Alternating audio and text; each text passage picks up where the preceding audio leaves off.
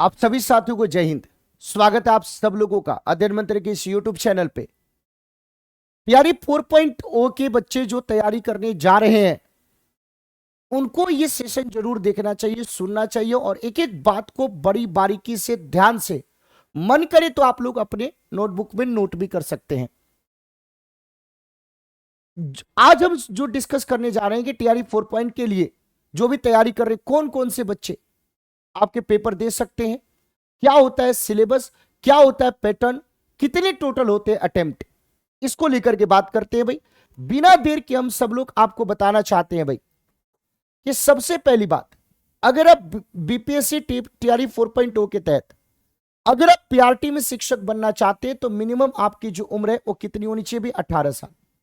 Primary teacher के लिए minimum age अगर हम बात करें टीजीटी पीजीटी के लिए तो 21 साल होनी चाहिए। मैक्सिमम एज 37 साल मेल के लिए, 40 साल फीमेल के लिए। कैटेगरी वाइज इसमें कम और ज्यादा हो सकता है। मैंने एक ओवरऑल आप लोगों को बताने की कोशिश करी कि अगर आप बीपीएससी में शिक्षक बनने का सपना देख रहे हैं तो सबसे पहले आपको ये देखना पड़ेगा कि क्या आप इस एज की कैटेगरी में आते हैं कि नहीं। तो मिनिमम 18 साल पीआरटी के लिए, मिनिमम 21 साल टीजीटी पीजीटी के लिए, मैक्सिमम 37 साल मेल के लिए और मैक्सिमम 40 साल आपके फीमेल के लिए। ये तो हो गई एज की बात। अब दूसरा कि सर पीआरटी के लिए यानी 1 to 5 में जो शिक्षक बनना चाहते हैं उनके लिए क्या डिग्री होनी चाहिए भाई? 10+2 आपके पास होना चाहिए। उसके बाद आपके पास डिप्लोमा इन एजुकेशन, एजुकेशन में डिप्लोमा 2 साल का आपके पास होना चाहिए भाई, 2 साल का। साथ ही साथ सीटेट का जो पेपर 1 है वो आपका पास होना चाहिए। और मेरी बातों को ध्यान से सुन लीजिए, डिप्लोमा यानी 2 साल का जो आपके पास diploma in education, elementary education, वो कंप्लीट हो जाना चाहिए। अपियरिंग में आप पेपर नहीं दे सकते हैं। बिना सीटेट पेपर 1 क्वालिफाई किए इस पेपर को नहीं दे सकते हैं।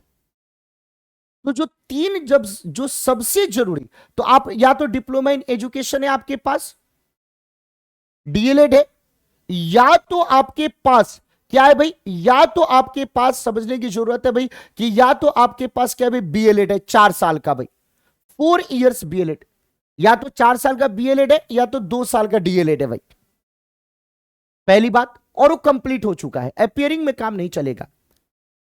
10+2 आपका पास है।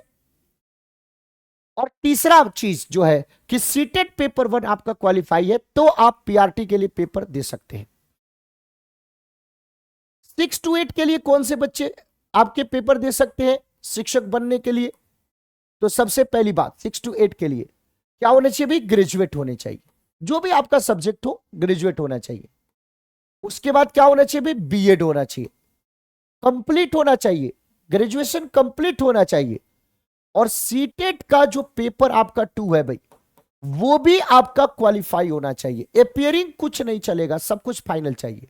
तो या तो आपके पास बीएड हो, या तो आपके पास बीएड हो, तो ये आपके चलेगा भाई। तो यहां पे सब समझने की जरूरत है भाई। तो जब हम इसको लेकर के बात करते हैं 6 to 8 के लिए, तो bachelor degree with 2 year diploma in elementary education.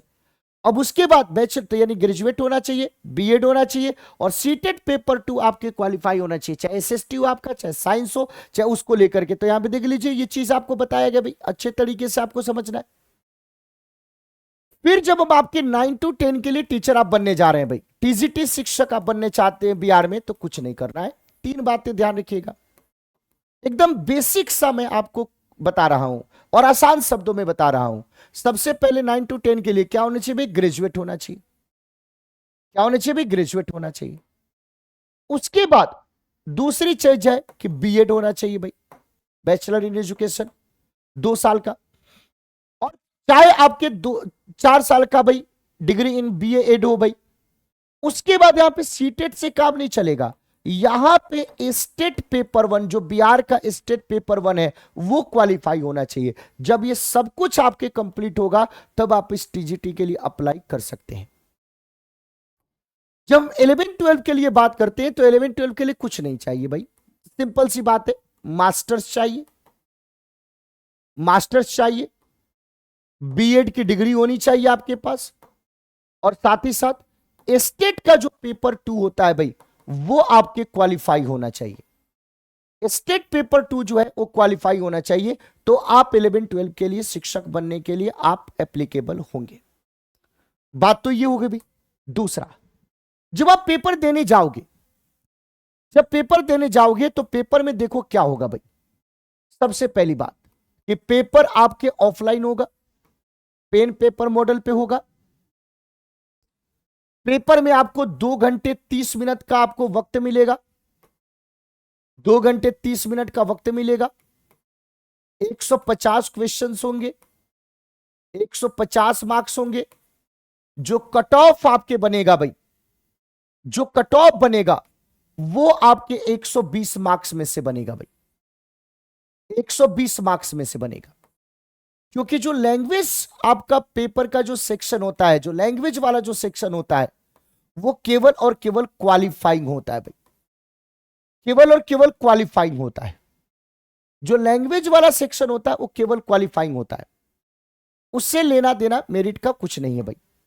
अब देखो भाई, पीआरटी को लेकर के 1 to 5 को लेकर के बात करें तो क्या होगा भाई, 150 क्वेश्चन होंगे, जिसमें से 30 क्वेश्चन जो होंगे भाई वो आपके होंगे लैंग्वेज पेपर का, और 120 जो क्वेश्चंस होंगे वो होंगे आपके लैंग्वेज किसका भाई, तो जीएस पेपर का।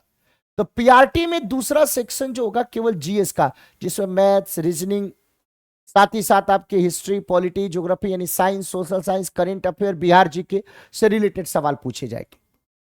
6 to 8 में क्या होगा कि 150 क्वेश्चन में ऐसे आपके डिवाइड होगा, 30 क्वेश्चंस लैंग्वेज जो क्वालिफाइंग होगा, 40 क्वेश्चन आपके जीएस के, और बाकी के जो 80 क्वेश्चन है वो आपके कंसर्न्ड सब्जेक्ट के भाई, बाकी के जो 80 क्वेश्चन है वो आपके कंसर्न्ड सब्जेक्ट के आपके होंगे।